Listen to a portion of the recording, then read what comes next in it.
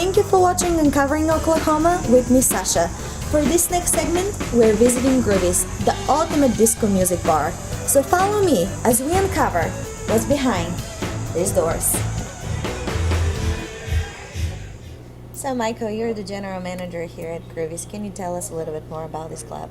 I'll give you a little bit of the history of the club. The owner bought the club originally in 1975.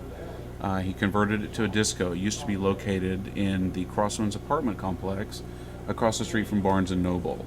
We were located there until April of 2000, and that's when we moved over to this location. He bought this building and converted it, and we've been doing quite well here since then. 80s music, you can beat that. So Yes, we've been a disco club since the very beginning. It actually opened when disco was popular the first time, and then we've been playing the same music since then.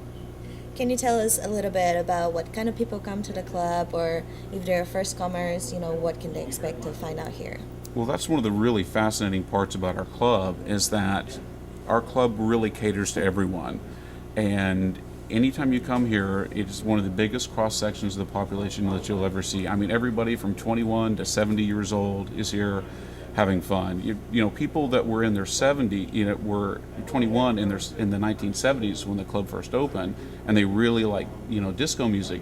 Well, those people are older now, and they still really like the same kind of music. So we get a lot of that crowd in, and then a lot of the younger people really enjoy the type of music. That's one of the neat things, is that when people come here, is they always know all the words to all the songs. I know, isn't that so strange? I myself come here quite often, and I catch myself dancing and singing along.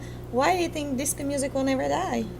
It's good, fun music. It comes out, you can dance to it, you can have fun, and it won't die. People said disco died. Well, it hasn't. It's alive and well here. Before we started shooting the interview, I wanted to ask you about some of the strange stories. When you're a bartender and a general manager and you're running a club, you see a lot of things. So can you tell me a little bit? Let me think I'm of a... very curious. Understood. Let me think of a story that I can tell that you guys can publish on the story. The World Wide Web. On the World Wide Web, yeah. Yeah, it won't come back on us. I promise we won't mention Yeah, any names. Any names, yeah. Protect the innocent. people. Yeah, I understand. Let me think of a crazy story. I know you guys get a lot of bachelorette parties here, and We get tons of... Kind of a funny story one time. We had a bachelorette party come into the club one time, and they came in early, and they asked if they could bring in a male stripper. And so we had about 25 or 30 ladies that are around on the dance floor, and they had a gentleman come in dressed in as a police officer. And he came in and he started carding the ladies, asking if they had their IDs on them. And he had me bring in a CD, and then at a certain time he looked back at me, we started the CD.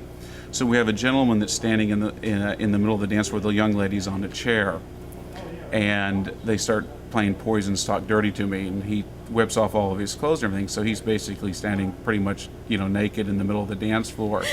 And two gentlemen walk in the door, and they walk in and they stop, and all they can see is this basically naked man standing in the middle of the dance floor, and they get this shocked look on their face, and and they walk slowly up to the bar and they go, "Has there been a format change here?" And I said, "No, it's a stripper for a for a bachelorette party." And I go, "Okay, that's a good deal." So he finished up and he left, and then the people started filing in after that. But it was kind of a funny situation. that sounds like a wild night. Yes. Only here at Groovy's. I found Lauren and Jamie dancing on the dance floor here at Groovy's, so I grabbed them and took them outside to ask them a few quick questions. Why do you come to Groovy's? Well, Groovy's is a great place to come and dance. Not very many places in Oklahoma City offer a venue for you to come and have serious dancing. Most places they get really crowded and people just on the dance floor drunk and bumping all into you. But Thursday nights is a good night because people just come because they love to dance. And we just come to have our self-expression of dance with no... Self-expression of dance. Jamie, you? Yes, I come to Groovy's mainly because it has great music. It has great music that we can do a variety of dancing to. I know I practice salsa and some ballroom dancing, and I can do that here. And it's a good environment for that. And it's a nice central location. Great. Well, thank you very much, guys, and I'll let you go in and keep dancing and burning that dance floor down. So, Michael, can you tell me how people can get here? Yes, I can. We're located off of Northwest Expressway in May on Moss Teller Avenue.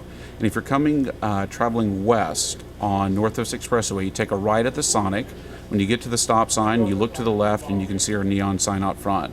If you're coming off of May Avenue, when you get to United Founders Boulevard, you go west. When there's two banks on the corner, there's the IBC and the Bank of America.